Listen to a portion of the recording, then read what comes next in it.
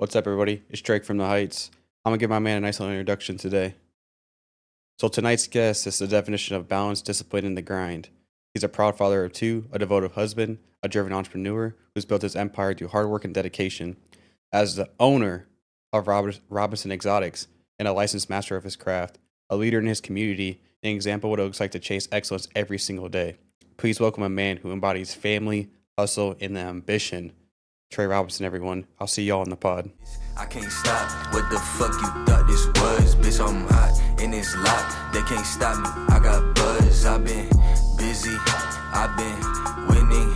You can't hear me, but you feel me. Bitch, I'm the best that you done had. I broke it off and got in my bag. You feeling played and going outside. I'm raising the bar and making them mad. I'm taking trips. Thank you, bro. How you doing, brother? Awesome. Thank you for those kind words. That was amazing. Hell yeah. Definitely wrote this one today. We are in the process of moving. So the next video you guys do see, we won't be here anymore. So I will still be living at the house. We just won't be recording at the house. So, but other than that, man, how's it been? It's been a while. Man, life's been life and it's fun. Yeah. I got two little ones now. Mm-hmm. My daughter, she started second grade this year. So that's been going good. Really? Junior, he's 2 going on 3 here this upcoming February. So, man, it's been a blast. We're coming up on me and my wife, Abigail, we're coming up on our 2-year anniversary. So, Yes, sir. that's going to be real fun, too. Absolutely. So I know who Trizzy is. I'd like to let people know who Trizzy is. So what was like growing up for you? Man. We'll start from like young Trizzy to, let's go into like high school Trizzy. Okay. High school. Let's start the first. Let's start like probably like middle school. Like what do you remember like growing up? Man, middle school. I remember a lot. Sports, running the streets. I'm talking skateboarding. Me and my little brother, our boys, we would go down to the skate parks, get a skateboard.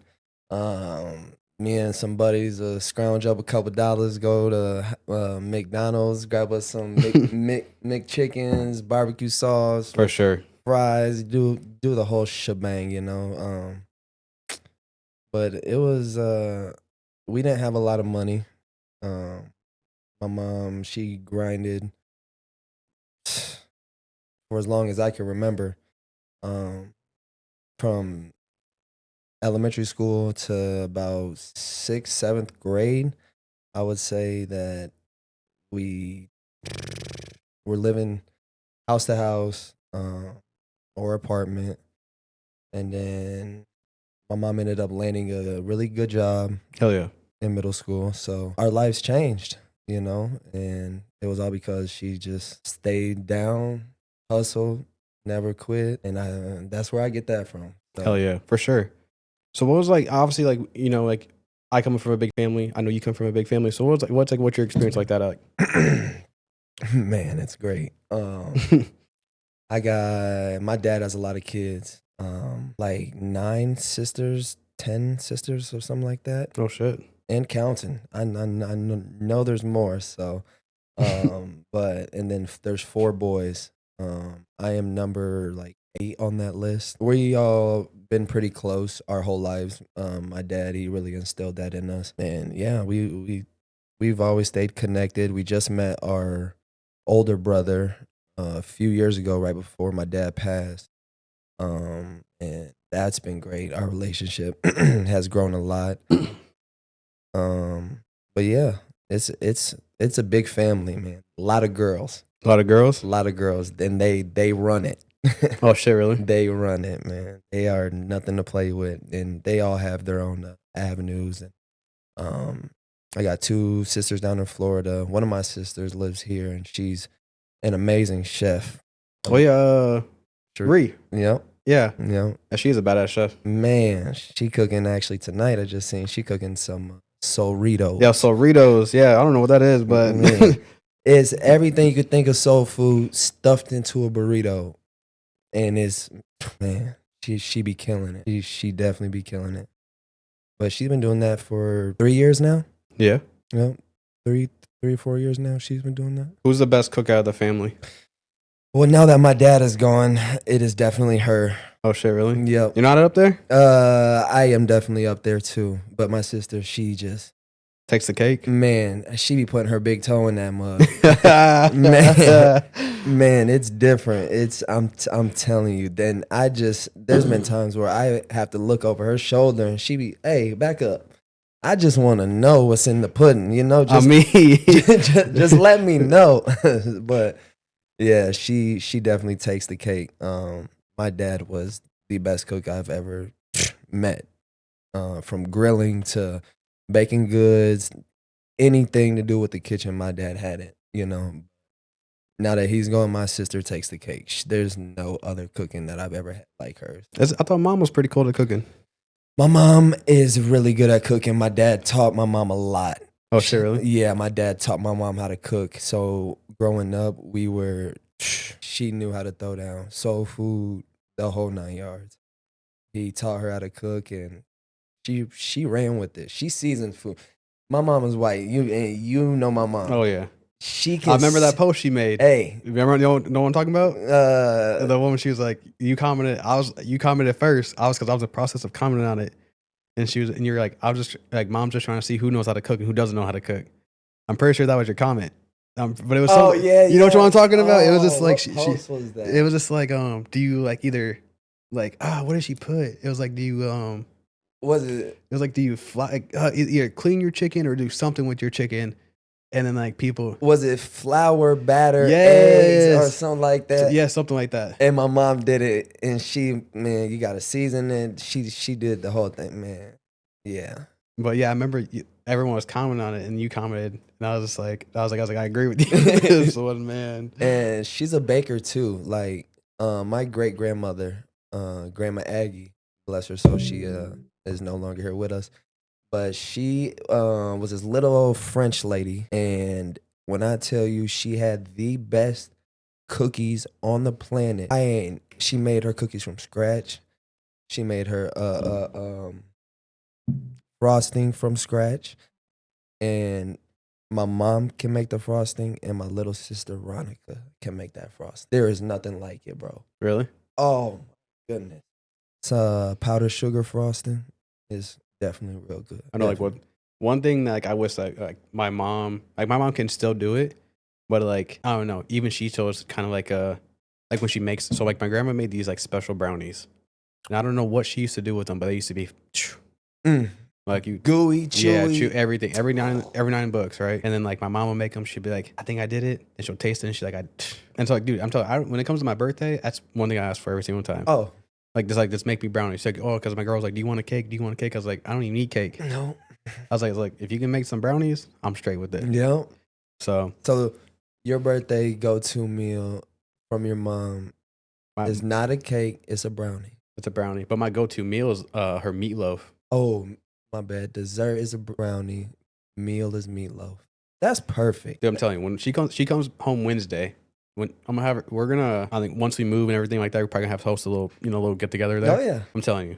Her meatloaf, bussin'. See, I'm not a big fan of meatloaf, so you're gonna have to change my mind with that or something. I promise you. All right, mama. I'm putting. I'll throw a little 20 on it. All right. I'll throw a little 20 on it. All right. Dub it up. So what was so obviously like we got into like the cooking, being a big family. So which relative are you closest with? Which relative am I closest with? I would have to say Sharia. Yeah. Yeah, I would have to say Sharia. She is.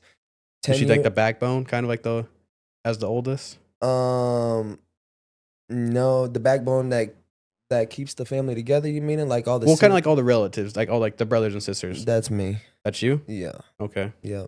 I would have to say that I try to do my part in that the best of my ability, especially now since my father is gone, because that was him.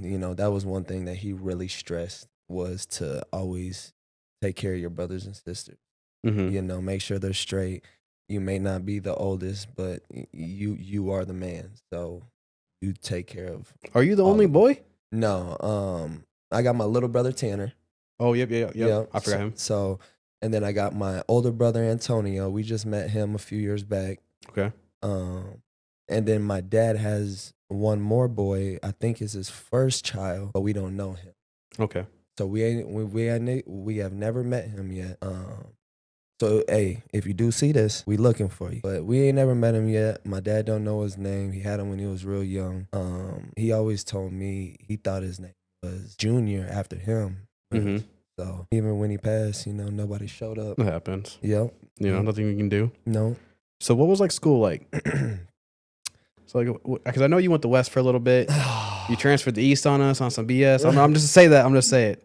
But it's all love at the end of the day. So like, what was like your experience at West where you kind of made that transition to East? It was a big transition. I would say it was long nights talking with my mom and dad. West, I was bleeding green and black. West is embedded in my blood. But even when you transferred, everyone still loved you. Oh yeah. Well, I mean, my blood runs thick through West. My uncles still hold records up there. My sister still holds records up there. My dad held a bunch of records up there. My uncle Kenny was the hooper out of all the brothers, and he held a lot of records up at West, if I'm not mistaken. And Kirk Heinrich broke most of those. Man, just coming from a family full of athletes, West was just not it. Yeah, I get it. Yeah, and I seen it early, and I knew early on in my life and in my career after I was young, dumb, and in trouble all the time as a kid. For sure. I knew that once I hit high school, it kind of flipped for me. Sports really changed my life, and I knew that they could change my life and probably change the trajectory of my family's life because I knew I was good at sports. I took the initiative. Talked to a couple of my buddies, basically told them, like, look, I'm thinking about transferring. I want to go hoop, play football. I want to win. I want to see if winning takes me to different places. And then you hear about the traditions that go on at East High. And, a lot of people come out of East and are successful and yada, yada, move on to do great things. So it was either that or I go to healing. Shit. That's when the red flags will probably kick in a little bit more. Yeah. So it was either that or I go to healing, and I wasn't trying to dress up every day like everybody. I wasn't trying to have my hair cut a certain way. So, but I'm gonna cut you off quick. If you could go back and change something about that time to change the sports trajectory, what would you change in it to make it better? To make it how you would have evolved how you evolved at East. To be honest, if I would have went back, what if Coco was the coach during that time? Boom, be back. That'd have been a nasty squad during that time. I'm not gonna lie to you. The reason why I left, the coach that was there before him pulled me and two of my buddies into his office our freshman year. He told us that we would not be basically playing on varsity, and we were like, "What?" Coming into our sophomore year, like, did you not just see what we did as freshmen? Like, we just ran the city, and you guys had 4 or 5 wins. Like, I get that your boy might be playing for you, but man, we could come in here and change some stuff. So once he told us that, I knew that I was gone. Really? Yeah, I was gone. And then you would have had a nasty squad back then, bro. You, Bolden, Avery, man, and a couple years old. I think Will Parker was there. Well, yep. He was. Will Parker was there. He's probably a senior during that time. Yep. Noah McWell was there. He was a dog. Was James King coming up during that time? That's who was one of the boys that was pulled in the office with. Oh shit! Me, him, and Marquise. Shout out James. Shout out James. Still doing this thing out in Colorado, by the way. Yes, sir. But yeah, it was me, him, and Marquise, and I think Marquise ended up trying to transfer he tried to transfer to Keeneland for a little bit, and then our other buddy Kyrese Peck, he took off to Keeneland, and once we all just started leaving, I just knew it was time to go. Yeah. So that family kind of broke up. Everyone was just kind of like It did school-wise, sports-wise. Yeah, but like overall, it was definitely like you guys are still the group. Brothers. Yeah. To this day, a lot of us still talk. Maybe we might not be as close as we once were, but, the way we always ran, we're always one call away. For sure. You know, if any of my boys ever needed something, you know, that they can call me and I'm gonna be right there. So, Absolutely. but you know, we get older. Sometimes take over. Mm-hmm. Sometimes we don't communicate as much and whatnot. But again, that's a part of growing Absolutely. up. So it was like East growing up, because like I know that's when you kind of like start taking off during like sports wise, like your basketball career elevated. Man, and You know, should have hit some bangers. I remember those. I remember seeing mom post those. You know, football career. Because weren't you in track too? I did 1 year Yeah. track. So would you do the 4x1? 4 Or the by 100? 2. 4 by 2 I did, and I think it was my sophomore year. But man, I really wasn't a track guy. I was one of the fastest kids in school. That's what I was saying. But my cousins, Tay and Dom, and then their boy Ross Godfrey, they were the 3 fastest, and then I was probably the 4th. And I just didn't run track, man. And the year that they won state, I should have been their 4th leg, and we would have probably broke a crazy record. Yeah. Oh, multiple. I just didn't like track. And I regret it. What did it for you? 'Cause you were fast as hell. I just didn't like running, bro. I loved The competitive side of it. No, I just didn't like running, and I didn't like what they wore. Yeah, on me though. Like I don't want everybody to see my junk, and it's cold out there, and Yeah. like I'm not trying to do all that. But running just wasn't for me. I loved basketball and I love football, and that's what I tried to pinpoint my focus on. But I did run cross country my senior year, and that really opened up my eyes to running. Helped me with basketball Oh, really? my senior year, yeah. Oh, yeah. So what was like your best like sport you kind of like? Because I remember when you played at East, you had Ben as your power forward or small forward? Ben Reba? Yep. He was our smaller power forward, but our starting 5 at East was me, Aiden Vanderloo, Jalen Billings, my boy. Shout out J Bill, Sam Hildahl, and Van Reese. Van Reese was a dog. I think he broke a couple records. But man, we were, and y'all can go look it up too. My senior year, we went crazy. We went crazy. But I ended up, my senior year I ended up getting into some trouble my senior year that I didn't get to finish out my basketball career. And it really took a toll on itself. But mistakes happen, and I ended up pushing through that. And even though I had a bunch of college offers and they dropped, I did end up going to college and playing ball. So yeah, that was my next question too. I did get to live out that dream. Yeah. So that was fun.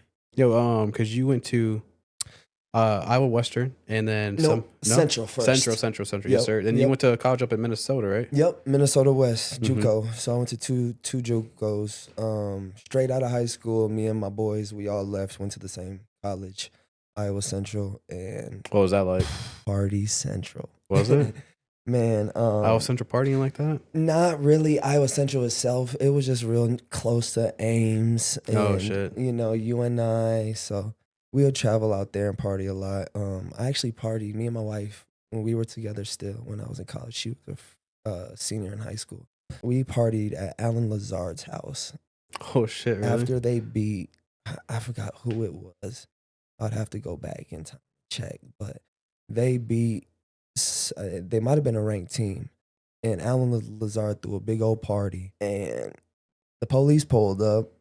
This dude walks outside. Need I remind you, there's like... Lazard? Yeah, there's like 7 cops. Lights flashing. But when I tell you can't go in or out of this house, so they told him to come outside. So he ended up coming outside, and everybody circled around these cops. Like, it was crazy. The whole crowd. Lazard came and talked to him, and whatever they had said, the whole crowd erupted. Beer went flying. Girl. Party time. It was insane, bro. So, yeah, college was fun, especially at Iowa Central. That was a lot of my partying time. And I partied a lot because I hurt my back. I pinched my sciatic nerve. So I was going into Iowa Central as a walk-on. For basketball or football? Basketball. Okay. Basketball, yep. And it just didn't work out. I had pinched my sciatic nerve. I was trying to get back healthy, and then my wife ended up getting pregnant with our daughter a couple months into me being at college. So after that, I was like, I'm gone. I got to go take care of my girl and my kids. So the rest was history after that. Came back home and started working at Foot Locker. My uncle got me a job at Foot Locker, so I was working at Foot Locker. I'm a big shoe guy. And yeah. So what made your transition to like the Minnesota college? What kind of made you make that call? Were you traveling up there or were you living up there at the time? So me and my wife had split up after our daughter was born. About 3-4 months after our daughter was born, me and my wife split up. And my grandmother lived out in South Dakota. Okay. So I was like, man, it was a heartbreak. You know, you go through that heartbreak, your first love, Absolutely. you know, the mother of your child. You're like, I got to get away. Something got to give. You know, I got to find the next thing to make me happy. What makes me happy? Mm-hmm. And it was sports. I looked at sports, you know. So I ended up calling my granny and was like, hey, would you like to go on a college visit with me? And she was like, excuse me. She was like, yeah. So we ended up going up there, meeting with the coach, and practiced with them. And he was like, I want you to come play for me right there. I was 21 at the time. I had taken 2 years off, and it was like the best feeling ever to get that and sign that paper. We got a picture of it, me and my granny, and man, the rest was history. I went out there and balled out.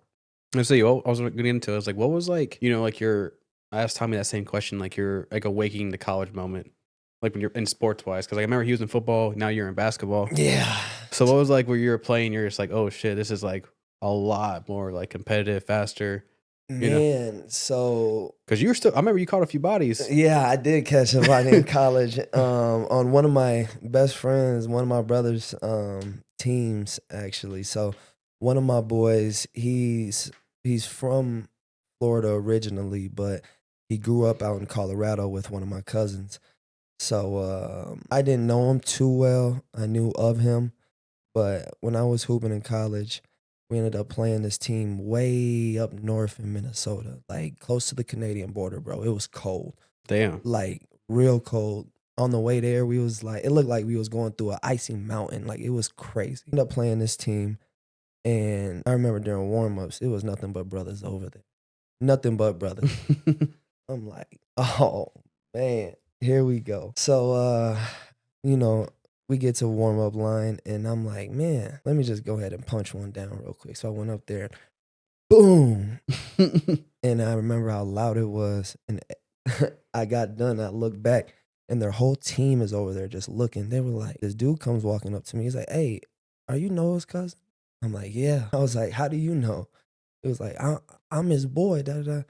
And we clicked up right there. And one of the plays in the game, this is one of my favorite plays in college. This is where I got my first dunk in college. One of his boys was trying to do something, come around me. I got the video somewhere in my phone. And I wrapped around and poked the ball out a little bit. And I just remembered my teammate right behind me.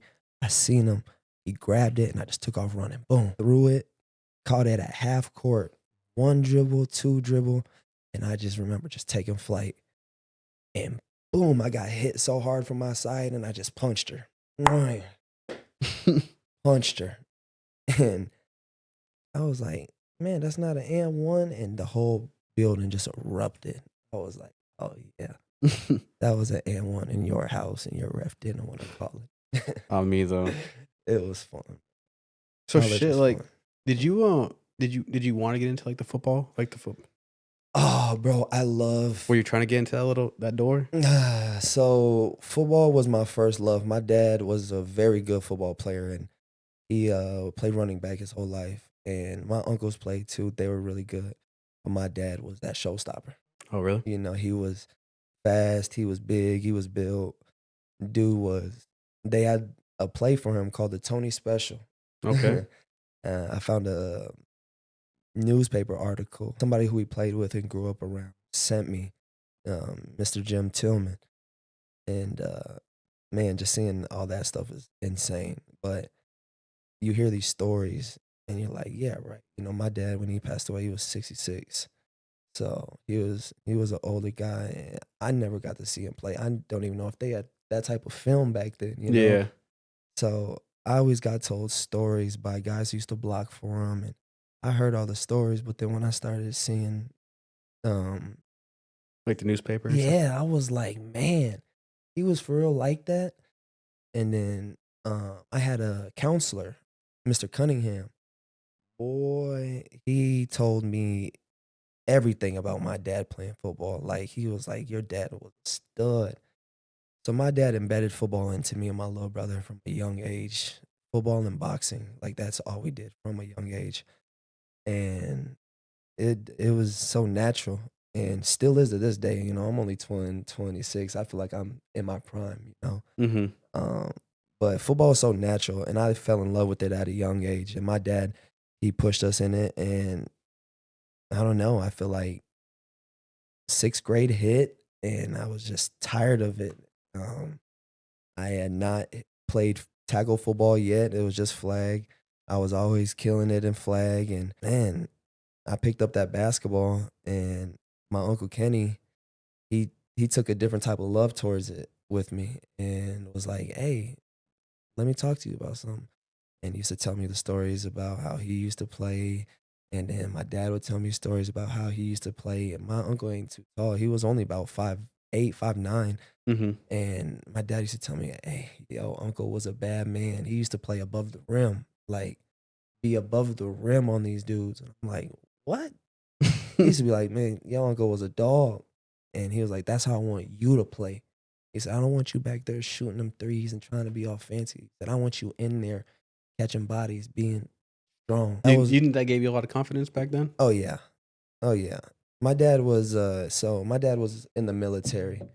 He was very strict, stern in his own way. It was the Army, right? Yep. Yep. He airborne, stationed Fort Bragg, North Carolina. Okay.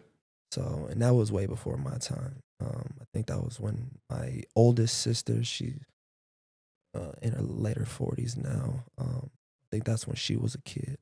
So, but he ain't talk too much about the military with Yeah. with me at least. He did, but he didn't. Like back in those days, that was different for them, you know. For sure, for sure. So you, out of a lot of people, what I like to do is I like to go through people's social medias and stuff like that and kind of curious to who they really are. Mm-hmm. Kind of see like what they're, what they post out there. Yes, sir. You played on the Minnesota Vikings field. Yeah, I did. Yes. So what was that like? And your son got to watch you. He did. That just gave me the chills. Like I said, football, I grew up loving football, and I graduated in 2017. Long time ago, it feels like. Um, Shit, but 2 years, about to be 10 years. yeah, literally. And I didn't play football my senior year because I got into a little bit of trouble the summer going into my senior year. And they told me I had to sit out a certain amount of games, and I wasn't having it. I was like, I gotta be eligible for basketball. So that's when I ran cross country. I should have played football, but I said, you know what, I don't want to beat up my body for a couple games and possibly get injured and not be able to play my basketball season. So I ended up running cross country my senior year, and my cross country coach he was dope, man. Hell yeah. He knew that why I was there. There was no sugarcoating shit. Like I told him, like, look, I don't want to run in no meets. I don't know what I have to do to be eligible, but if we can make this as easy as possible. And he made it simple, sugary sweet for me. Like, um, even though he did, I still worked my tail off. I still worked hard. Because there was girls out there, bro. Wow. The Van Dykes, I don't know if you know who they are. They run, I think, at SDSU, or them girls, bro. I have never seen nothing like it. The lungs that they have. Built different? Bro, robots. Damn. Like crazy. And I was trying to keep up with them. Like, I remember I had a time, it was one of my first times in practice. I had a time and I was like, that cocky stud, just trying to be, big hot shot. I got you. I'm gonna keep up with the girls. I'm running through the whole time, taking my inhaler. I'm dead. I get back, and the coach is like, what in the world? He said, you made a great time. Can you do that every time? I said, don't ask that. You do not want that from me every time. I promise. But it was a pretty decent time, and I was proud of myself. So once I hit that, and the feeling that I felt afterwards was amazing. Yeah. Like I didn't know running made you feel that type of way. Hell yeah. So yeah, to be eligible for basketball, he ended up coming up to me and telling me, "Look, I'll reason with you running one meet. I don't care, just running one meet. It could be the last meet." I said, "Bet." And I think I came out of like 40 or 50 people. I forgot how many people were in it. There was quite a few people. I came in like 18th or 22nd place, somewhere around there. Mm-hmm. Like, and I'm running up against people who have been running for years. And I just started this season. Mm-hmm. But again, I was a competitor. I didn't want to lose at nothing. Hell yeah. You know, I didn't care what it took. I remember I was getting shin splints during practice one time because I was trying to, again, keep up with the girls. And my coach was like, hey, you got to take those Nikes off and go get you some Asics or some running shoes. I said, Asics? Kept on running. Okay, I'm going to get me some Asics. This hurts. And I started taking it a little bit more serious. I was like, man, I feel good. I feel healthy, you know? And then eventually it did help me in progress in basketball that following season. So I was flying up and down the court. I was dunking. You know, it just, everything was amazing. Hell yeah. Health wise. For sure. I want to take one little second, okay? Because I do want to pour some of that. Okay. Please do. All right. So what we're gonna do is, so I watch Shannon Sharp. I'm a huge fanatic of Shannon Sharp and what he brings to the table. You know, Nightcap, Club Shay Shay, everything in the books. Yes, sir. You've seen it. Oh, You know, it's my favorite. for sure. Every day in the barbershop, we got it on. Hell yeah. So we're already getting back into what we're gonna talk about. But of course, you know, I had to get. I wanted him to try this. So, you know, if you want to do the honors, you know. Yeah, and these badass bottles. My girl, they say Williams on them. Oh, I just kind of do like that. Shit, we might as well polish it off at this point, brother. Well, cheers. cheers, bro. Continued success. Hey, success, love. Absolutely, family. Look, so I've been so excited. I'm not too much of a drinker at all. I have my medical card. That is my choice, but I've been wanting to try this for so long. So, Shannon Sharp, Club Shay Shay, thank you. Oh, it smells great.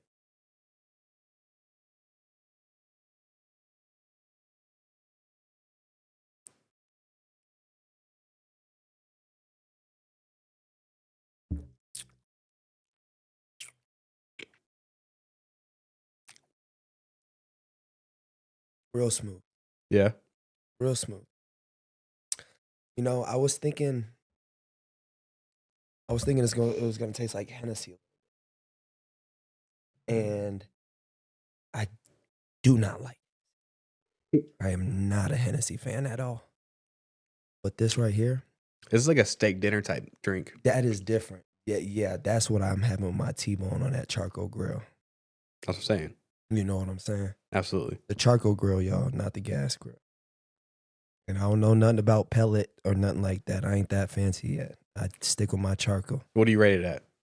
This, oh, let me get one more swig, cause What I usually drink with mine is I get a thing of ice, and then I get a Dr. Pepper with it. okay, That's dangerous. my wife would go nuts. She loves Dr. Pepper, but she is not much of a I put my Dr. Pepper in it first, whiskey guy. and then I top it off with Yeah. that. I can drink that straight. Real? Yeah. This is my third. This is literally like a uno dos. And I have another bottle around here somewhere. Oh, I've got this is 3.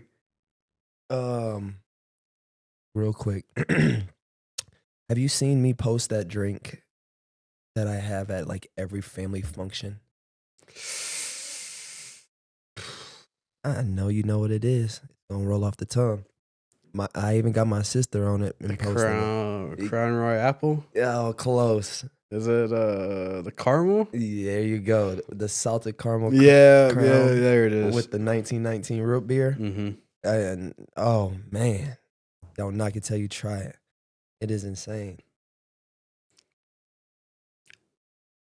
I'm telling you, this is if you had a nice steak dinner, you know, you're just chilling at home. That's all you need. A little THC drink over here chasing it. Hell yeah. So let's get into I know you started early at a young age. Sir. As getting tattoos. I was the first one out of all my boys to get a tattoo. Might even been the first one in my school to get a tattoo. I was 16, and in Iowa, you can't. Your parent can't sign off on it. Oh shit. So my dad actually, believe it or not, went down with me to a tattoo parlor downtown that I don't think they're there no more, but they were a skate shop tattoo parlor mix. Mm-hmm. And I was like, hey, can my dad sign off on this? Me and my dad asked, hey, can they sign off on this? They were like, no, Iowa doesn't allow that. And we were like, man, look, I got the money right now. We can just go in the back and do it. They're like, I'm sorry, man, we can't do it without an ID. So I said, all right. So my cousin, Well, what's your first tattoo? my cousin Taryn Flemister, Yep. me and him kind of look alike. He's just 5'4". Yeah. You take his ID? Yes. That's crazy work. I took his ID and I wanted something that I knew that I wasn't going to regret. Absolutely. Something that I believed in, you know, and I was talking to my mom, I was talking to my cousin Taryn, I was talking to my dad, and I was like, man, I know what I want to get. I said, believe and achieve. And my cousin was like, shut up. I said, what? And down his arms, I forgot he had believe and achieve down both of his arms going this way. Damn. So I'm like, oh. He was like, no. Get it. He was like, that'd be dope. But I said, I don't know where to put it. I wanted to start on my arms. So I actually got believe and achieve on my wrists. Mm-hmm. I got believe over here and achieve over here. And I got him going this way, and my cousin got him going this way. Well, fun fact, all of me and my siblings, well, the three that my mom and dad had together, and then my cousin and his couple siblings were all T's, all the way up to our dad. So that's kind of how that kind of transpired there. For sure. The T. So yeah, you do have a tattoo, misunderstood. Yeah. On your inner bicep. I do. And then I remember I screenshot the post. You said one day when I was 15 years old, one of my teachers asked me a question, Dre, what would be your best describes you? And I sat there blank, didn't know what to say. After I graduated high school, I asked myself that same question, what word best describes me? And that word was misunderstood. And a lot of people would know why that word means so much to me, but today, what does it say? But today I make sure I never forget. Sorry, it's blank. I don't know why that covered up right there. Yeah, but today I make sure I never forget. So why would you get that? Why'd you get that tattoo out of all that? You know, especially like that's such a unique tattoo. It is. Especially like the word. It is. So I just, growing up, you know, I was always in trouble, and I was always told that I wasn't going to amount to nothing.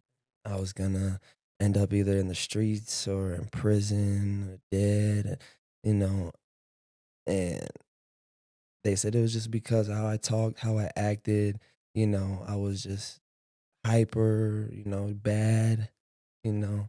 They used to try to tell them, oh, they got ADHD. I just, you know, I don't really believe in no ADHD, you know. Maybe I do got it, maybe I don't got it, but whatever I got, shoot, it's me. You know, I also got a speech impediment where I stutter. You both do. Trust me. So It just happens, honestly. and I was born like that. I've had that my whole life, and they tried to put me in speech class, and I didn't want to change it. I like my uniqueness, you know. So, but we're going off topic. You're good. Go. What was that? The misunderstood. Yeah, misunderstood. Yeah, it's the best word to describe me. I've been through so much, and not a lot of people would understand why I am the way I am or why I think the way I think. But a lot of trials and tribulations that I had to go through, and whether it was alone or whether it was my mom going through them with me or helping me, or my grandmother helping me and guiding me through these trials and tribulations. Yeah, What do people think when you said you're gonna get that tattoo? I didn't tell nobody. You just got it? I just got it. I like that. You know, it's I didn't really the only tattoo I ever told that I was gonna get for somebody. Actually, I don't ever think I told anybody I was gonna get a tattoo. My wife was with me for a couple of my tattoos, but yeah, I mean, I got my mom tatted on me twice. I just got my pop tatted on me. Actually, I did that right before he passed away, and I had no idea he was obviously gonna pass away, Mhm. but I did it, and it just so happened to be before he passed away. So Yeah. that was, and he had been on my ass about that for a long time about getting a tattoo for him. So I got his nickname tattooed on my arm as well. But Well, what was his nickname again? Crook, Crook? Yeah. yeah, Do people call you that? Little Crook. Okay. Yep. I did get called that a lot growing up. Sometimes I catch myself calling Junior Crook Junior. I said, "Do you act just like me and Dad?" Like it's crazy. DNA's a motherfucker, man. Not me. It's crazy. What's it been like seeing your wife now go from a girlfriend to a wife to being a mom? Man, it gave me the chills. It's been beautiful, bro. You know, From high school to all the yeah, tribulations yeah, to like now to where you guys are like have the life you guys have now. You know, obviously every relationship isn't sunshine and rainbows. Obviously, we all know that. yeah. It's been, But to see like to see how the elevation. it's been. She has been amazing. Like even from a young age, we come from two totally different worlds. Mm-hmm. She grew up in a two-parent household. I didn't. She had money growing up from a two-parent household. I didn't. We had food stamps and shit. We had housing. Mm-hmm. Um, so we grew up very different, and she understood that. you know. And I seen a lot of my mom in her. And they say the woman that you end up with is gonna be like your mom. And I definitely That gave me chills. I ain't gonna lie. I see it, bro. And when I was younger and me and her split, we obviously had our differences. Her and my mom had their differences. And now I can't get these mugs off the phone. Like they're texting all the time, talking. Even with my granny, shout out to Granny. She's literally like my second mom. She is my mom. She's the king of the moms. Mm-hmm. It goes Granny and then mom. It's like 1A, 1B. It's Yeah. Granny's like our mom. Oh You- yeah. you- Trust me. I'm knowing. yeah, you know what I'm saying? knowing. Like man, my granny she's the backbone of this family. She's the reason why I go so hard too. She has taught me a lot. For sure. Isn't she in the trucking business too? She's in the semi trucking business, yeah, and that's where I get a lot of my knowledge about business from. Is her Absolutely. business knowledge, financial knowledge. She gives me a lot of that. She is and has never been wrong with what she has told me. Hell yeah. What's it like being a husband? Oh Going from boyfriend to husband. man, that title is crazy. Is it? It's crazy. A little bit more like a, you know. It is. I feel like you become a man, bro. I feel like for real, when you get called a husband, like you have a certain duty to uphold and carry, and I just feel like it's such a manly thing to be a husband and take care of your family, take care of your wife, show that love each and every day, and make sure that love never dies each and every day. It's gonna get hard. You're gonna go through the trials and tribulations, but you just gotta keep on going. I asked Cody and Kayla, the people that have been on this show, hmm do you think a soulmate is found? Do you think a soulmate is earned? If you want me to be honest with you, found or earned, could we throw destined in the middle? Like it was I like just that. destined. Like, cause I can break it down for you like this. So I'm very spiritual. Mm-hmm. Um, and I love numbers. And I do not like odd numbers. But I do like 1 and I do like 3. My dad always told me if you're not first, you're last. So that's why we're number 1 in football. But my favorite number is 4. I was born on May 4th. May the 4th be with you. National Star Wars Day. Hell yeah. How would you see So the Commander Cody's Commander X above you? So you said what? Yeah. Oh, that's fire to load. Oh yeah. Yeah, like Captain Rex right there. Oh yeah. The Commander Cody's. Oh yeah. Yeah. Wait till you see the studio done. It's gonna go crazy. That's fun, bro. I need the black lights in there and all. It's funny. When we do the recap, it's gonna be raw.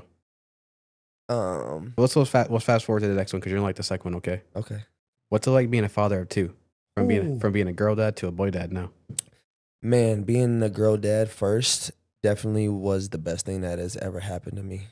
Really? Oh my goodness. If I did not have a girl first, I would not know a lot about women and how to take care of them, how to treat them, how to care for them properly, how to handle them with care.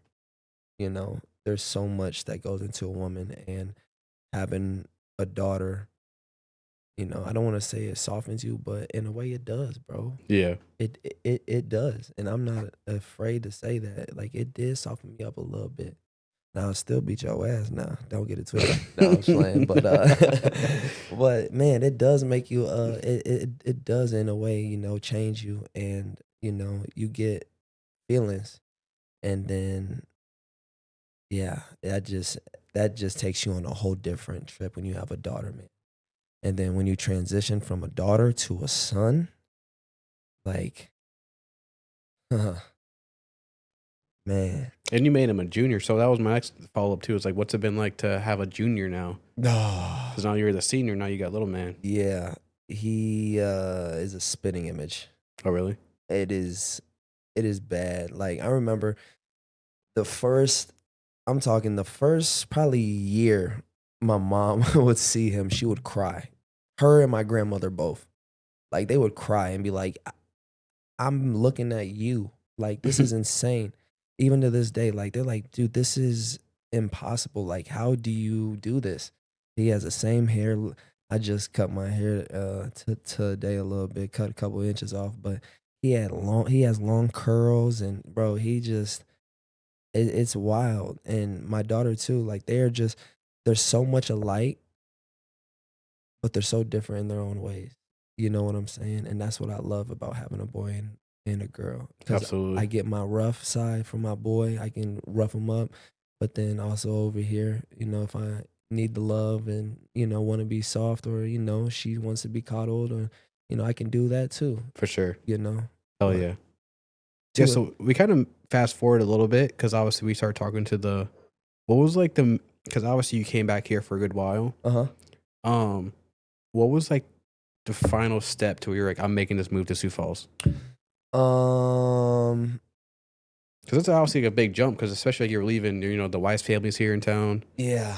Your mom's here in town, a lot of the family members here in town, to where it's like, what made you kind of be like, I'm going to take this leap to Sioux Falls? You've been killing it though. Yeah, So it's kind you bro. kind of So I just knew you just you know, Sioux City ain't there's we've been stagnant hmm here. This city has not grown in 15 to 20 years. You know what I'm saying? Sioux Falls has surpassed this place in the last 15 to 20 years by like 60% or some crazy number like that. oh shit. And I've been there since 2018, and I just looked at the numbers the other day. I think there's been close to 40,000 people that have came to South Dakota or Sioux Falls specifically since, and there's over 220,000, 230,000 people in Sioux Falls. Like it's insane compared to here. And there's what 87, 89,000 here. So Something like that. yeah, so I mean that's damn near what was it? Damn near double, ain't it? Oh, absolutely. Yeah. Like that's insane, bro. And it's there the difference. There's just a lot of people. It's just you got that big city vibe, but still, still small. It's close to home. But I just knew I just didn't want to come back here, man. It just I didn't see this place. I didn't Long see term. yeah, I didn't see me growing here, bro. Yeah. I really did not. I feel like I need to step out of my comfort zone. I was always told there's more to life than Sioux City. You got to get out of here. And there's more to life than South Dakota too. There's more to life than the Midwest, hmm than the USA. I want to go to a different country. I want to go visit the motherland, but um I knew I just didn't want to be in Sioux City no more, you I, know. I agree with you on that one. I know once mom moves back, we plan on moving to, I think, Oak Point Yeah. out in the country Yeah. and just going ghost. Yeah, that's Going ghost. No yeah. one, I keep telling Jellicoe, like, once the house is built, I don't even exist in Sioux City no more. Listen, I want to build a house out in the country too. Actually, not even a house. You know them barndominium Oh, yeah, that's homes? literally what we're building. I want to build a big ass barndominium home, bro. And I want it on a few acres, Mm-hmm. no neighbors, me, my wife, my kids, my dogs, and my mama. Absolutely. You know what I'm saying? Mm-hmm. So let's talk about creating a brand. I asked Pooh the same question. Yes. You think people today in today's world are worried about starting a brand? Yeah, man. A lot of people are too worried about what other people have to say, think, if they're gonna buy your product. Um, and a lot of people too are worried about friends supporting them. Yeah. You know what I'm saying? Like I've learned becoming a business owner and a brand owner, starting up my own brand and business. Um, friends, friends will make you go broke. Like there's no ifs, ands, or buts about that. Friends will make you go broke. Bro, let me get half off today. Bro, let me get $10 off. Come on, bro. Make this one Yeah. let this one slide. Friends will make you go broke. But strangers will make you rich. Other people you give them good service, take good care of them, you know. They'll become a reoccurring client. Absolutely. You know what I'm saying? So when you have friends, true friends, they want to see you succeed. They will come put money in your pocket. But yeah, strangers will make you rich. And that's something that I've learned being in this game, being in the business world, Yeah. So um, What's been like one of your biggest things of being a business owner now? Like, obviously, like you go from being just an employee at Foot Locker to now running a business. So what's been kind of like your like outlook on it, I should say? man, it's I love working for myself and not the man. Absolutely. Mm-hmm. I make my own hours. I get to be with my wife and kids. I don't gotta send my kids to daycare. My daughter, she's in second grade, but my son, I what can't I me and his mom teach him at home? Or we go to the gym. He's around kids. He's socialized very well. We have friends who have kids. So what's it to that? You know what I'm saying? So Mm-hmm. yeah, it's Mm. So you obviously I know you grew up a huge Vikings fan. Skull. Also, the Ravens beat the Vikings a few days ago. Just gonna throw that out there. Just gonna throw it out there. I'm not throwing shade, but but I so don't what think was we want to hear that right now. yeah. What was it like being born to being a Vikings fan? Oh man, I I bleed purple and gold, bro. I got a Vikings tattoo right here, Oh shit, that's actually, raw. and it has UV ink in it, so you shine a black light on it, it glows. It's dope. Uh, my dad actually embedded this into me, as my mom said as soon as I came out the womb, like, you were a Vikings fan, you were a Chicago Bulls fan, you were a Chicago Cubs fan, and them were your teams. Um, and that was it. I remember blankets, Vikings games as a child, and it's even crazy to think about this, but there's like weird stuff coming back now that I just remember certain weird Viking stuff that my dad did. And he wore. It was yeah, yeah, and I couldn't have been no older than 4, Oh 3. really? Oh yeah, Oh shit. oh yeah. And yeah, football has been. I was born with football in my hand, bro. Like, and yeah, he embedded it into me. And Are you um, doing it now? Are you kind of like making that transition to your kids now, to where it's like, hey, see, and that's where I was just gonna say, after high school, my senior year, I didn't play football. I took my senior year off, obviously graduated, mm-hmm. went to college. I hooped 2 years after, so I was 21 in college my freshman year, playing ball. Um, I was working with an agent at the time, and he was getting me a couple offers from overseas. Oh shit. So I was looking to go overseas and play professional ball back in 2019, 2020. Um, I actually filed to get my passport, applied to get my passport and whatever, was approved, got the email, yada yada. Um, a couple days, weeks go on, and I get an email back saying that, hey, this has been delayed 6 to 8 months. Da da da da da. Like, what? Why? COVID. I said, what is a COVID? Oh yeah, this country shut down, this country shut down, this country. It just was a big. Yeah. So that's when I altered my life into what I do now. But um I took a few years off um after I left Minnesota West and didn't play no sports. I worked out, did all that fun jazz. Yeah. I still work out heavy to this day. And one of my buddies was like, "Hey, there's a men's football league." And I haven't played tackle football in 6 years at this point. He's like, "Yo, there's this men's football league here in Sioux Falls, bro. It's called the SPFL. He said you should come join it." And I was like, "Hey, should I go play football again?" Like, I didn't get to play my senior year, and I regret that. And that's something that I never wanted to say, is that I regret something from my past or from high school, because I fucking lived a hell of a high school career. Like, Mm-hmm. from partying to sports to whatever it was I was doing. Like, everybody knew that if you were around me, we were having fun. Absolutely. Like, we were doing something. So, yeah, I was like, "Hey, should I go play?" She said, "Let's do it. If that's what you want to do, if your heart is still in it, let's go." I said, "Bet." And my dad was living in the VA hospital, staying in the VA hospital at the time up in Sioux Falls. So I went and told him, like, "Pops, I'm about to go play a little semi-pro football."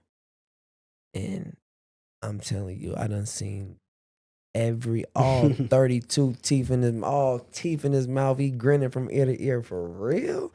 I'm like, yeah, I'm going back to play football. I said, I need a taste for it again, to see if I still got it. And I said, I want to wear your number. I said, is that cool with you? He was like, yeah, that's cool. I said, bet. So, uh, I wanted to honor him my first season back, and I wore his number 28, and I ended up going for over 17 touchdowns. And I played cornerback, by the way, kick return, punt return. So I played cornerback, kick return, punt return, and I only had 3 plays total that whole season on offense. And I scored 2 out of the 3 plays. But I had over 17 touchdowns, and was MVP of the league. They had their Pro Bowl game and stuff. I didn't go. I didn't grab my awards and whatnot. Again, business gets busy, so I can't really take a lot of time off. But For sure. yeah. So my first year back, I was MVP of the league. It was insane. I went crazy. I got a couple of clips, highlight tape that a buddy of mine made for me from that season.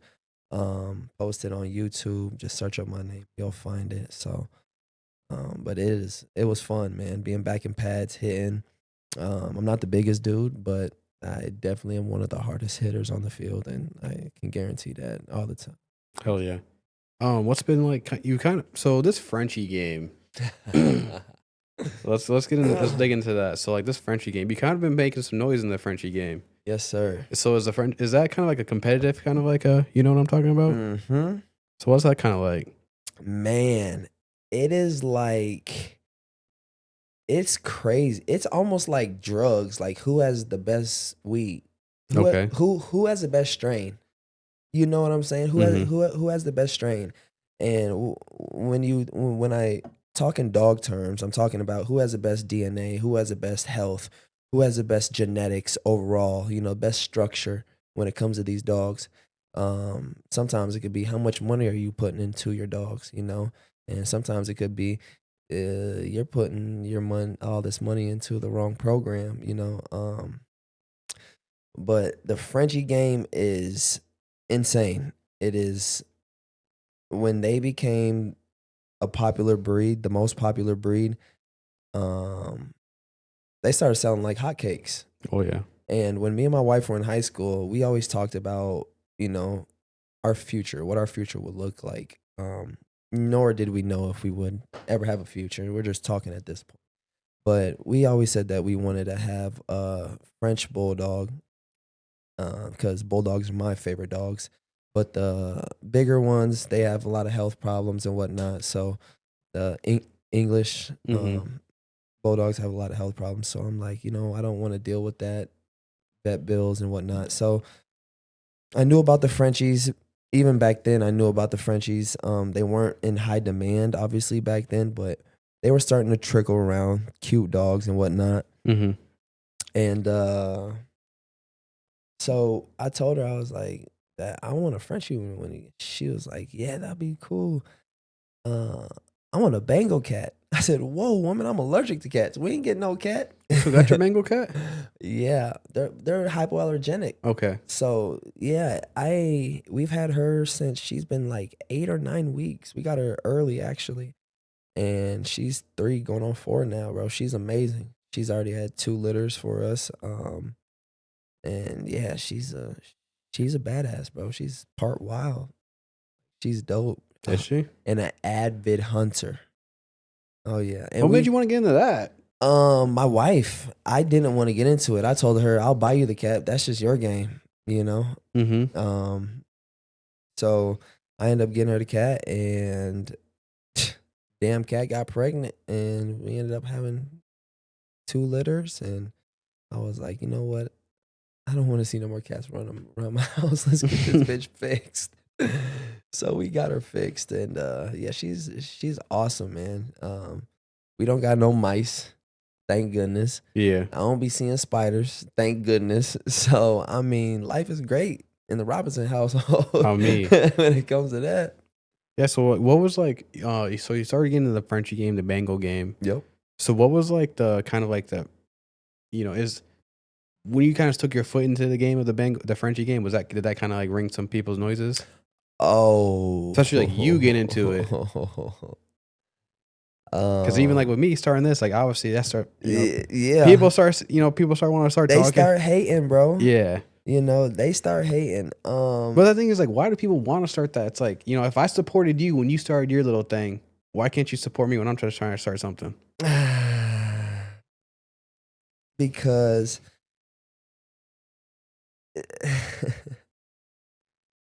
when I got into this, people were looking at me like I was crazy. They were like, "Dude, you're not selling no dog for no $3,000 to $5,000. No way you're getting a dog off for that." And then I had a couple dudes in town bashing me, and they're older than me, by the way. Again, I'm only 26. I'm a grown man and whatnot, but we're talking about 38, 45. Oh, they're up there? Yeah, we're talking about grown men now, talking shit. One of which got whooped, but that's another time, another story for another day. That's for the recap. But yeah, I took the Frenchie game by storm, man. And when I jumped in, I didn't take no shortcuts. I threw a lot of money into this game, and I took a lot of losses. But again, I threw a lot of money in, and it worked. And I took more wins than I did losses. Thank goodness. Absolutely. I done seen some Frenchie breeders really take some hits, get out, lose dogs, lose whole litters of 4, 5, 6, 7, 8. And with the Frenchie breed, they're man-made dogs, so it's very, very easy to lose a puppy. Like super easy. They are prone to every disease known to man, bro. Like you have to change your whole outfit before even coming in contact with them. Wash your hands all the way up to your elbows. Like it's crazy. But yeah, when I jumped into the game, there was a lot of people in my hometown that did not like it because they felt like they had been doing it longer or whatever, or wanted to start doing it, and I might have jumped in and yada yada. And now those same guys always want to use my dogs and want to breed with my dogs and asking me, "Hey, how'd you know how to do this pairing?" Or I done been cussed out and all types, man. Just it's crazy. It's crazy. You start something. It's like once you start something and you start trending, people don't like that, bro. Oh yeah. Like you get a little emotion. Oh. And then people are like, "Oh my god." They gotta do everything in their power to bring you back down. Man, like people are just miserable, bro, and it's sad. It's sad to see. I know. So once I started this, everyone did not want to fuck with it. Yeah. But then once we started getting a little motion, man, started moving to little places, we just peaked 100K views on YouTube. Remember when you first started and I messaged you and I said, "I love this. I want to get on that." Like, oh yeah, we were so fresh into it. This would be dope to get on, bro. Like, keep doing it. That shit's fire. And now look out, bro. Like, so this is just the end of an era right here. This is the last episode we're shooting here. So this is gonna be the clutch thing. So once we do our recap, we'll be at a whole different studio, chilling. Oh yeah, sipping on some Shay. Oh yeah, and then that's what I'm saying. I feel like I'm telling you, bro. Like my wife took my vape. Don't vape, y'all. It's a bad habit I picked up in high school. That was a bad habit I picked up in high school. Don't vape, y'all. Please. And that's the thing, bro. It's like,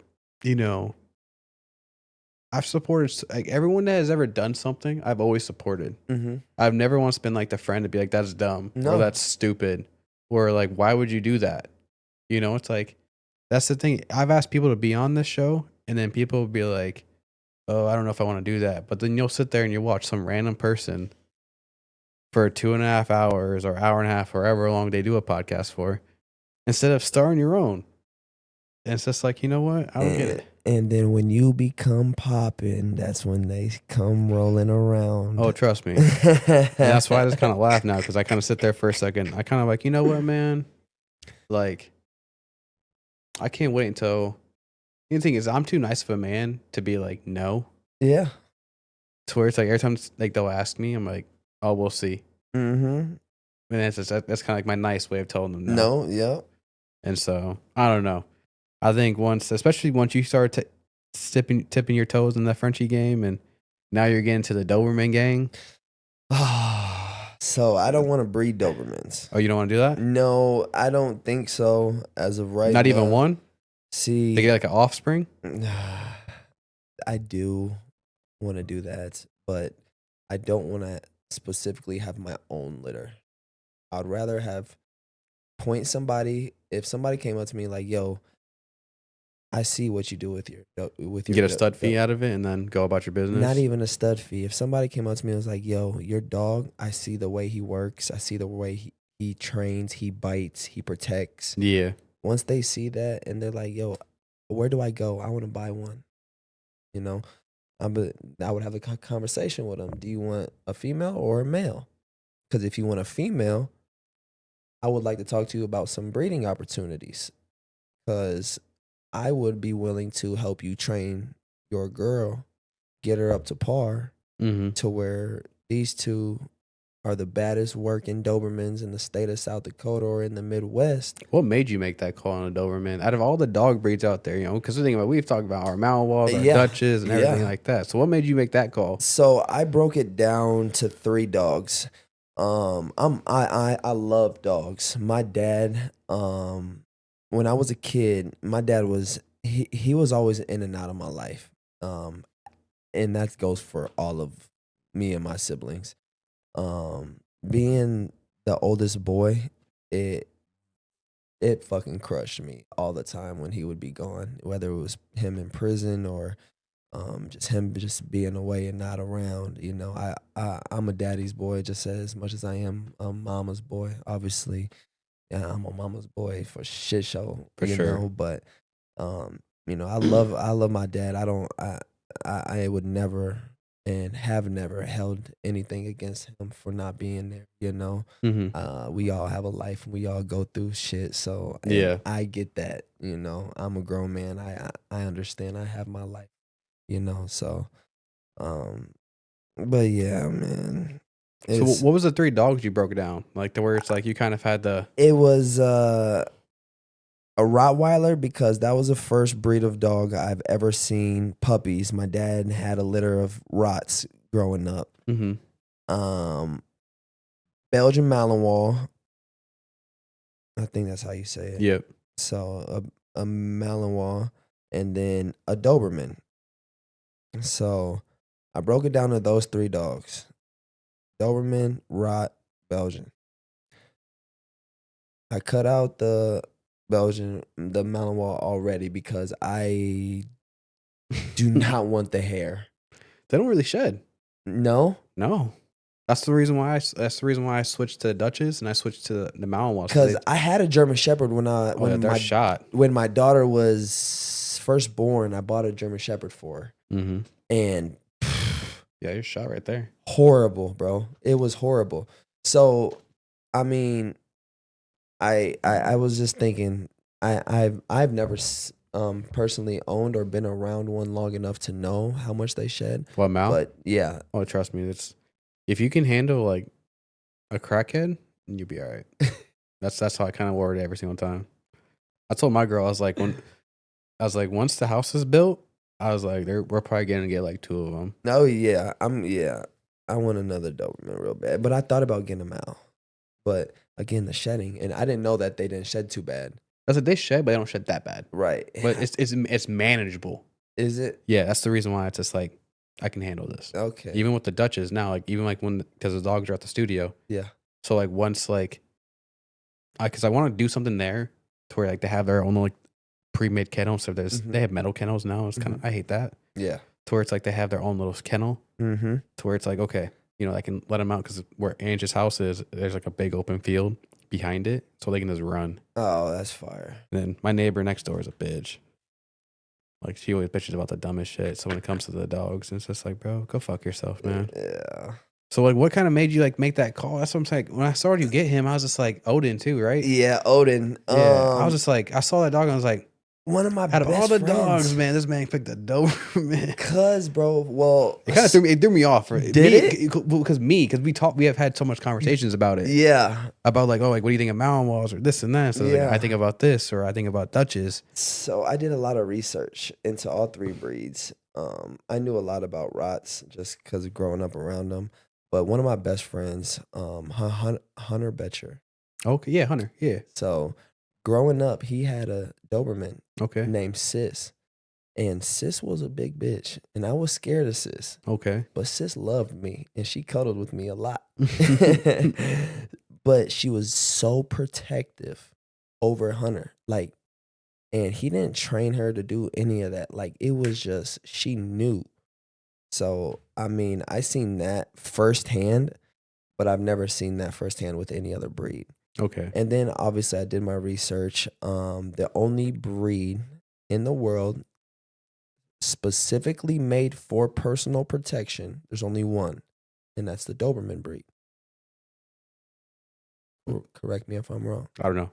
I'm just some, you know me. I'm a So enthusiast with Malinois and Dutches. So it is a fact. Louis E. Doberman, or Louis, what Doberman is his name, however you say his name. He was a tax sales pickup person or whatever, and he would go on his routes and pick up tax money or whatever he had to do, and he wanted to be protected on his routes, so he threw together this combination of dog breeds and came up with the Doberman, and that dog went with him on his routes and protected him on his routes when he went and picked up his checks. Oh shit. So that's where the Doberman breed came from, and they're specifically from the beginning of time, their main purpose in life was for personal protection. Now, American Dobermans are the polar opposite. They're just fun-loving goofballs. So what's like the difference? Like the male I never even heard of that male Doberman too. So, like, which one do you have? I got a European Doberman. Oh, okay. So there's a European, and then you got your American. But then when you get into your Doberman breed, I have been told that your females are insane when it comes to protection. Like, you can't walk into somebody's house without knocking or calling. Like, it's one of those. And then kids too. I guess females with the kids, I guess it's even worse. Like, I done heard stories of people trying to whoop their kids and the Doberman whooped them. So, I mean, like, it's just, they're the most loyal companion too. The military had to stop using them because of how loyal they were. If, say, me and you were out at combat and I just so happened to go down, my dog's with me, he would lay there right next to me the whole time and not move. You can't grab him, you can't pull him, you can't do nothing. He will attack you, he will bite you. He wants to be with his master because that's just how loyal they are. They are super, super loyal. Mm-hmm. And I see it with my boy. Like, my boy, it doesn't matter. Like, he wants to be right there. He wants to protect. But he also wants love. They're big lovers. Yeah. Like, they are big dogs, but this dude wants to be a lap dog so bad. What you saw, obviously we talked recently is that you start getting into protection work. Yeah. Where'd you go to get those training done? Because I was gonna message you and I was like I'm gonna save it. I'm gonna jot that down. So well, you know Ben Reba. Yep. So Ben's one of my closest friends. Our moms are really good friends too. We grew up together. So Ben is a professional protection dog trainer out in Arizona. Okay. And he has a Mal, which, Yep, so Nala. so he got me pretty much into that part of the dog game, the protection side. I had always wanted a protection dog, hence to why I bought a German Shepherd when my daughter was born. I was like, man, I need a protection dog now. Shit, I got kids and shit. I'm not old enough to have guns, and not get a gun license and whatnot. So I was like, man. But I actually got in. Ben sent me this dude's number to contact in South Dakota. Said that he had heard of him. He's living in South Dakota. He can help you with your protection training and whatnot. So me and Ben have he's already helped me a bunch. But again, he's out in Arizona. So I need somebody to help me get hands on with him now. So I messaged this dude and he actually ended up him and his wife were moving to Montana. So I'm like, Ben, dude's moving to Montana, bro. But the dude who moved to Montana ended up giving me this other guy's number out of Minnesota, and he was amazing, bro. Like talking to him, it's been a blessing in disguise, bro. Like I did not think I would find anything like this in the Midwest. Um, it is everything and more of what I thought it was. When it comes to being a protection trainer, it's Mhm. it's nuts. I done seen when I was out there for that trainer, I seen some shit that I've never seen before with my own two eyes coming from dogs. Like, and it's so cool. It's so cool to see. Yeah. Man, Aren't you taking like online courses? no, No? no. No, you should. You should look into STSK9. See, I heard about that. I heard about You that, need to. I promise but you. I don't have online courses. Ben sent me all of his. Oh shit. Yeah, so I got like 5 to 7 grand worth of shit just sitting there. I watch them, get my refreshers and shit, but Mhm. yeah, I'm good at cuss, right? I've been Yeah, cussing you're like good. a sailor over Trust here. me. This is the end. This is the end of an era on this one, so you're good. I promise you. But let's get into like we're coming to the end of the show now. Is being a barber. Yeah. It's like what made you want to get into like the barber industry? Because that's like the really competitive thing. Even like me and people were kind of getting deep into that. Oh man.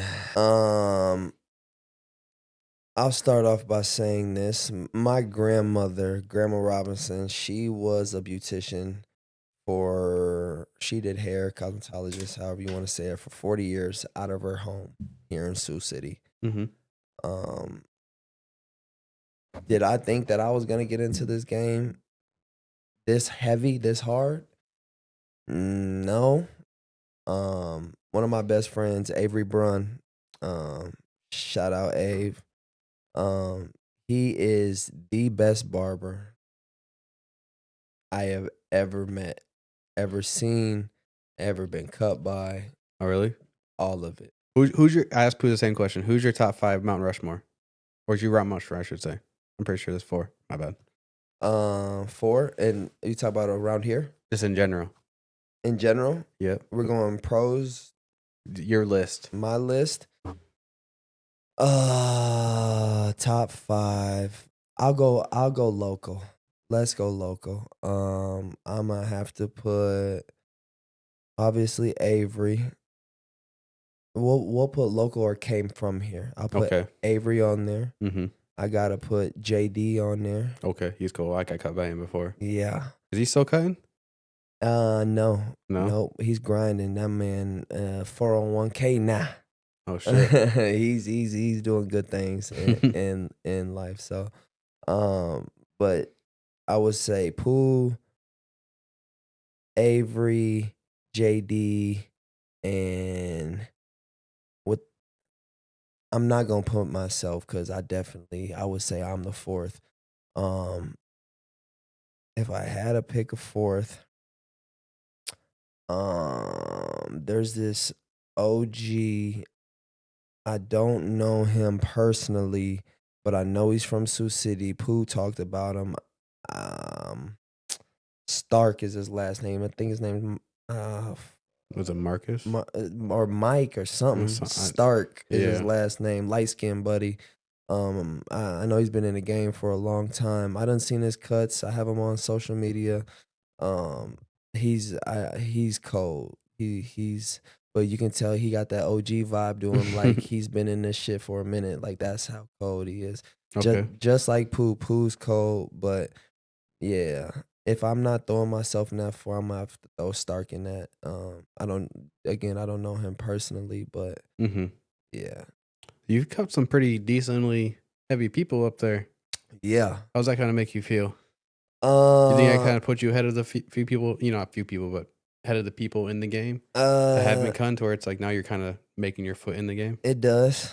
It does because it's different when you get called by these guys straight up on your cell phone and they're like, "Yo, I see your reviews. I don't want to go to nobody else around here." So it does. It's different. I cut professional athletes in the NBA. I just cut a couple weeks ago. You probably seen it. Love Island Games season 2 winner Isaiah Campbell. He is from South Dakota. He hasn't lived there in a few years now. He's been down in Florida for a while, but he came back and he is one of the guys who called me and was like, "Yo," he was like, "What can I do to get a cut, bro? I leave tomorrow." He said, "I've been looking at barbers all day." He said, "You have over 120 5-star reviews." He said, "There's nothing. I need to come to you to get cut. I leave to New York tomorrow." And I'm like, ah. Now, the reason why I'm saying that is because I'm waiting on my meta glasses to come in, and I got my son upstairs, right? Mm-hmm. So I'm like, man, He's like, "Come on, man, I'll pay you extra." I was like, money talk. Sent him my address. Come on over. Boom. Got him right. Gave him money. We built a bond connection right there, Mm-hmm. and that's how I like to be with all my clients. I run my business out of my home. Um, I like it that way. I don't like being in a building or working in somebody else's shop. I like having my own. I have a shop built into my house. Um, my grandfather put up a wall.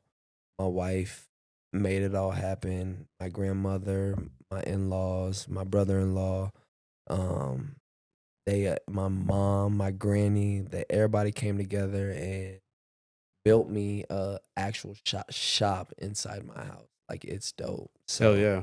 um, I am by appointment only. It's one-on-one, very personable. And that's what people like. They don't like to be waiting in line. They don't like to. I don't do the walk-in. Nobody likes to be waiting in line, waiting on a haircut for an hour, sitting in a chair. So, all my haircuts get you in, great conversation, even better cut. Number one barber in Sioux Falls, even better cut, and then you out the door. And I'm gonna see you in a couple weeks because I know you coming back. For sure. And that's not me being cocky by any means, respectfully. That's just me, just hey, the ones who said, "I'm gonna go test this dude out," or "I'm never coming back," or they're always finding their way. You know what I'm saying? So, Yeah.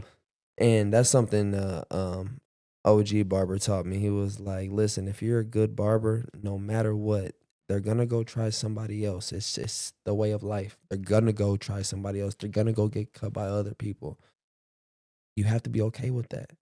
Just know that if you are a good barber, they will come back." And he wasn't lying. For sure. They definitely come back. I just got a message the other day. I'm almost at 3,000 total clients on my booking site in about 2 to 2.5 years. Damn. Yeah. Just some people don't get it nowadays, man. Man, and it's They not. want the glory. They don't want the grind. That I was just about to say, bro. It's not like this was just handed to me. It's funny. I had a falling out with with a family member. And they were like, "Man, you were given everything in life," and I'm like, "Motherfucker, you know that's not true." Like, Yeah. obviously you mad in this situation, but for you to say that, I know I'm doing something right. Oh yeah.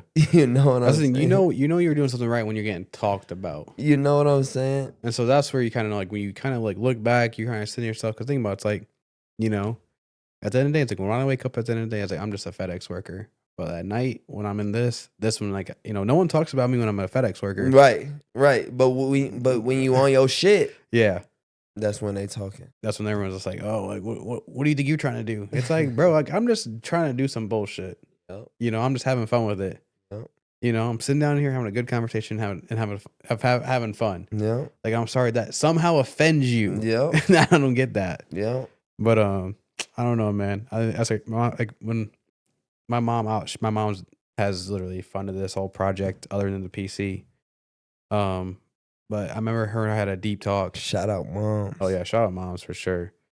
But we had a really deep talk a couple months ago, and she was just like she's technically our manager when it comes to this. Mm-hmm. And so she like runs like all the deep ends, like the back end, the business side of it. We just got our first sponsor. Shout out to VMI Nutrition. If you haven't got it, okay, go try it. 10% off Heights. Use the code Heights. Okay. So definitely gonna have to check that.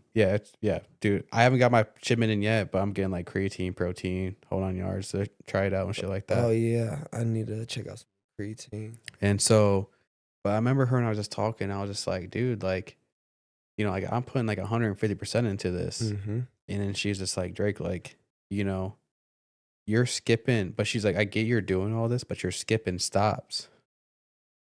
And she was like, don't skip the stops. Like, enjoy the journey, embrace it. Listen, my favorite quote, and you probably know who this is by. He said, and I quote, "It's not about the destination, it's about the journey." For sure. Who is that? I want to say Kobe. Kobe Beaton Bryant. I was going to say Kobe. Yep. You're exactly right. Not about. That's the thing. People don't want to know. No. They don't. And even with Pooh said that people don't want to be delusional. Yeah. Bro, I just got the chills, bro. Like, they don't. They say we can embrace it. We can embrace the pressure. We can embrace everything handled to us. Because, like, that's the thing, bro. I don't people get that. Most in my shoes, bro, would have crumbled. Oh, yeah. Coming from where I come from and how all the obstacles that I had to go through, even just most recently losing my father at 25 years old, Again, I'm 20. I was 25, but I can't even think about how my younger siblings felt. I got like 6 younger siblings. For sure. So I can't think about I'm the older brother, so but oh man. It just people don't get it. They don't want to. They see obviously they obviously see the glory, they see the fame. We're getting the love, we're getting the but they don't want to be a part of it. They just want to be like, you know what, I'll wait. And that's okay, bro. That's okay. And I want you to wait because I see it. Mm-hmm. I want you to wait because you're gonna keep waiting. Because when you come, I'm gonna make you wait even longer. I don't all that back and forth. I just don't have time for it. I have a wife and kids I gotta take care of, a business that I have to keep running. If I got time to be worried about you, then I'm off over here on them. Literally. You know what I'm saying? Mm-hmm. And I can't do that. So I gotta keep my stuff in order. I can't let nothing take me off my course. And nothing will, bro. I just went through a situation recently where I was incarcerated for 45 days. I was charged with a charge that I didn't even know it even existed. You should tilt the mic a little bit. Yeah, like that. Other way. Yeah, there you go. So when me and my wife split up for those 2.5 years, one of those years I had met this girl and we had dated for a year. Things just weren't working out in our favor, so I had broke up with her, asked her to leave my home, move out, whatnot. She didn't like that too well. I ended up getting back with my wife Abigail, and a couple 6 to whatever months go by, and she ended up getting pregnant with our son, Junior. Well, at that point, I knew it was a boy. Just Mhm. right out the gate, I knew it was a boy. I knew, hey, we're getting married. I'm done. This is it. You know. So I guess my ex found out about Abigail being pregnant, my wife being pregnant with our son. Um, Come to find out, about a month before he was born, literally, it was exactly a month to the date. There were charges filed on me, and we had already been broken up for over a year and a half, 2 years at this point, somewhere around there. Mhm. And there were charges filed on me for stalking. No shit. A month before he was born. I had no idea. Nobody called my phone. Nobody tried to contact me. Nobody showed up to my house that I've been living in for 5, 6 years. Nobody did nothing. I had no idea this was even a thing. So she filed these charges a month before Junior was born. Um, I proposed right after Junior was born. And then we get married for 2024 in Breckenridge, Colorado. It was beautiful, by the way. Y'all should definitely go check out Breckenridge. Um, so 2024, I was fighting that whole case. It was hell on wheels. Um, I was getting told by who was defending me that there was no case, there's no evidence. I'm still waiting to be presented with something that ties you to this. Da da da da da. I don't get what she's saying. Her stories are changing. Da da da. Da. It was just a whole fuckery, bro. And there was no proof or nothing. And in the state of South Dakota, that's one thing that I don't like about the state of South Dakota. I love everything about the state, but there are a couple things with their Yeah. laws, that they get me. Obviously, they're a woman state. They take the woman's side. Don't care if you have proof or not, and especially if you are a black man, you will go to jail. Successful black man. And I have never seen so many black folks in South Dakota than when I did when I was in jail. Oh shit, really? That is where we all are out there, and it doesn't matter. You can tear somebody down so much, bro, before they just they want to just rise to the top, shit on you even harder. Mhm. You know what I'm saying? And that's, I feel like, to the point to where I'm at in life, to where I've been grinding for so long that I feel like I'm almost to that point to where something's about to blow, and it's gonna take me from here to here. Oh, for sure. You know what I'm saying? It can, I don't know what You just it feel is. it. It's Yeah, there. it's like you just have that gut feeling. Yeah. Like every day I'm at work, I'm telling you, like I know what I'm doing at work, Yeah. but I know this isn't gonna be long term. Yeah. I know one day I'm gonna walk up to my boss and Devin and be like, you know what, man? Like, here's my 2 weeks, bro. There Like, you I go. did it, and I'm gonna dap him up, and he's gonna tell me he's proud of me, and I'm gonna walk out Yeah. FedEx right there, Hell yeah. and I just know it's like in 2 weeks, I'm gonna learn to do podcasting for the rest of my life. Mm-hmm. So I don't know. People don't get that feeling though. They don't No. want that feeling. No, because it's too. They feel like It's too hard. It, They think it's too hard. or it's too. Too far. Yeah, it's too far of a reach. It's too far. But that's. I feel like that's a mindset that I left Sioux City from. Mm-hmm. Does that make sense? Oh yeah. Like, I feel like that's a mindset that's here, but out there in Sioux Falls, South Dakota, where there's nothing but a lot of Caucasians and money, that's they're like, hey, you're success. I'll put some money in your pocket. You look like you're doing success. You're doing good. Mm-hmm. And if you do good business, they keep coming back. For sure. And if you're a good, reputable business owner and you do good work, they're gonna keep coming back to you. It's just the name of the game. I've learned it. I've learned it. Strangers will make you rich. Friends will make you go broke. All right, we're coming to the end of the show. This one, so I got one more thing I'm gonna bring up, and then I'm gonna go to the end of show questions. Okay. Piss. So, we dug it deep into a bunch of stuff. So your dad passed away. Yes, sir. How has that changed you as a man,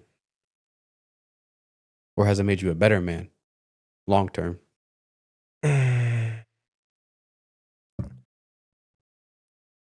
I just told my wife today. My dad passed away July 12th, 2024. 712 area code of Sioux City. That's crazy. Yeah. And 2 years before that, brother died on the same day. Passed on the same day. Yeah. Damn. Yeah. I yeah. It's repeat that question again. So we dug into a bunch of stuff with your family. And your dad passed. So how has that changed you as a man, or has it made you a better man? My dad himself made me a better man while he was here. Him passing, I don't know if I really grasped it all yet. Yeah. And the reason why I say that is because I just told my wife I haven't been back home a lot lately. I've been to other parts of Iowa that have been coming back home. And I just don't know if I can grasp it fully yet that he's gone. You know what I'm saying? Yeah. There's still times like the Vikings game. I wanted to pick up the phone and call him. Like, damn, man, let's talk about the game. Like, there was times, where we would be in a group FaceTime call with my boys, and my dad would just jump in the phone call, and we'll be talking, and he wouldn't say nothing. He just wanted to sit there and enjoy it. Yeah. And it's made me a better man because I know time is precious. It's made me a better father because, all the stuff that me and my dad didn't get to do, I now have to do that with my kids and want to do that and have the hunger to want to do that with my kids. And I will do anything in the world to make sure that they get that. For sure. And I won't stop until, 1, I'm successful. 2, they never have to worry ever again. And 3, everybody's happy. For sure. All right, I'm gonna knock you out on these few questions, okay? All right, I'm gonna rattle them off. Come on. It's 5 hot questions, okay? Come on. But what do you know about life now? So you somehow run into your 16-year-old self. What advice are you giving them? Keep going, because you definitely are misunderstood, and you will realize that sooner or later there is light at the end of the tunnel, and it does get brighter. All right, bet. What's one thing you want your kids to learn from you? One thing I want my kids to learn from me: Yes, sir. never stop. Keep going. Take care of each other. And this is all combined into one, because this is how my siblings should be. Take care of each other, love each other, protect each other. In that order. All right, this one's for you. What's one thing you learned from your kids? Patience. All right, this one's probably going to hit them a little bit, okay? The man you are today, you have a 1-minute conversation with your dad. What's the first thing you're going to tell him? The man I am today. You get a 1-minute conversation with him.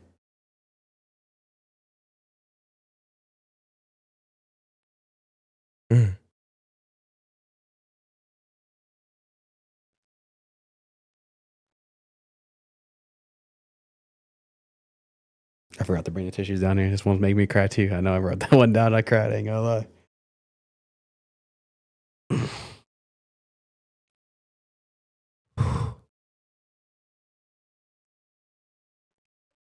Oh, they're right upstairs too. I forgot to bring them down. Damn, I'm bringing everything down. Oh, I was writing all this shit down. shit. So I knew that That one was it. That one, you telling me? I'm bearing them back here with the sunglasses on. So I'm trying to hold them back. Like Coach said, he's like, let me get right. Let me get right. Let me get right. Oh shit. No, Let me get right back in. Okay. Let me lock back in. The man you are today, you get a 1-minute conversation with them. What's the first thing you're going to say to him? Dad, I did it, and I'm going to keep on going and wait till you see what happens with these kids. Oh, shit. Let me lock back in. What's the worst advice you ever heard? Money can't buy you happiness. What's the best advice you ever heard? Why am I blanking? Best advice I've ever heard. Let me lock back in. Shit. I know, bro. That's how I'm feeling. Oh, shit. Let me lock back in. Like Odra said, let me get right. Let me get right. The best advice I've ever heard. The best advice I ever heard is when you can't control something that's happening to you, you control how you respond to it. I like that. All right, this is the last question. So what I want you to do is I want you to take me out of the equation. I want you to keep you and the camera on, okay? If today was your last day, what would be your last message to everyone? Today would be my last day. What would be my last message to everyone? Yes, sir. And then we're going to end the show on this one. I want you to take me out of it. I don't even exist here no more. It's just you and that camera. To say that question again. If today was your last day, what would be your last message to everyone? Hey, they might put you down. They might lift you up. Just keep on going and don't give a fuck. That's it, brother. Anything you want to promote before we end the show? Man, look, Robinson Exotics, barbershop and salon. We're based in Sioux Falls, South Dakota. We are the #1 barbershop in Sioux Falls, South Dakota, with over 120, 135-star reviews. We cut professional athletes, doctors, lawyers, law enforcement officers, and we will get you right too. We do men's cuts, beards, hot towels, straight razor shaves. My wife is a salon part. She runs the eyelashes, eyebrows, and does all that fun jazz. She also does hair, highlight, tint, cut, color, trim. So if you need me, get at me. My Instagram is @Traelius, TRAELIUS, and our barbershop is Robinson Exotics _barbershop. Anything else? Hey, I love y'all. Let's keep the peace. All right, Trey Robinson, everyone. I appreciate you, brother. Trizzy. Feel me? Bitch, I'm the best that you done had. I broke it off and got in my bag. You feeling played and going outside. I'm raising the bar and making them mad. I'm taking trips.